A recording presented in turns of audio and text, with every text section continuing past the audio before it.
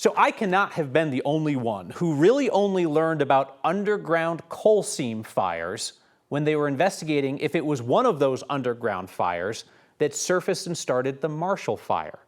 Investigators ultimately determined that was not the cause. The underground fire just happened to be nearby. Our Evan Krugel shows us how the state plans to finally extinguish that century-old fire burning beneath Marshall Mesa in Boulder County. We all know when it snows in Colorado, it tends to melt quickly.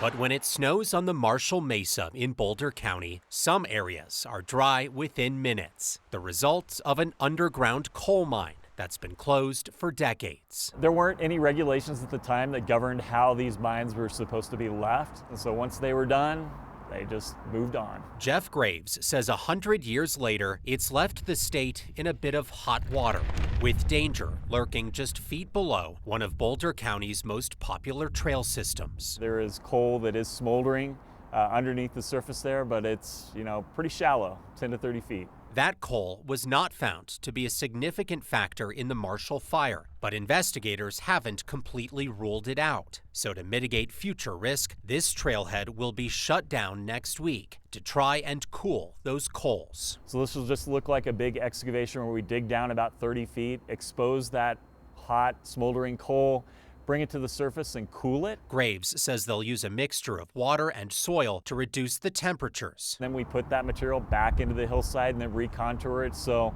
the goal is that it doesn't look a whole lot different than it did once we're completed with construction than it did prior to construction. The full project will take about a year before these trails can reopen. An inconvenience Jeff hopes will be worth it to mitigate fire risk in an area that knows the dangers all too well. Obviously, there are some concerns with bringing that coal to the surface. Jeff says crews will not be working when it's windy or when there are fire danger concerns.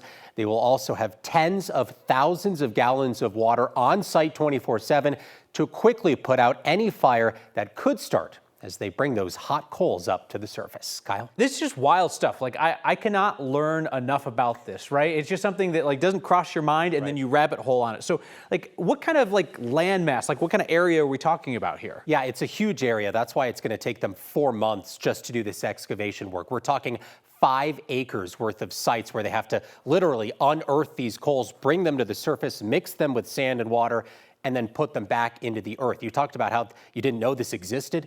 There are 38 other sites just like this one across the state right now. All right, we'll get working on the next story because I want to know where they all are. All right, Evan Krugel, thank you.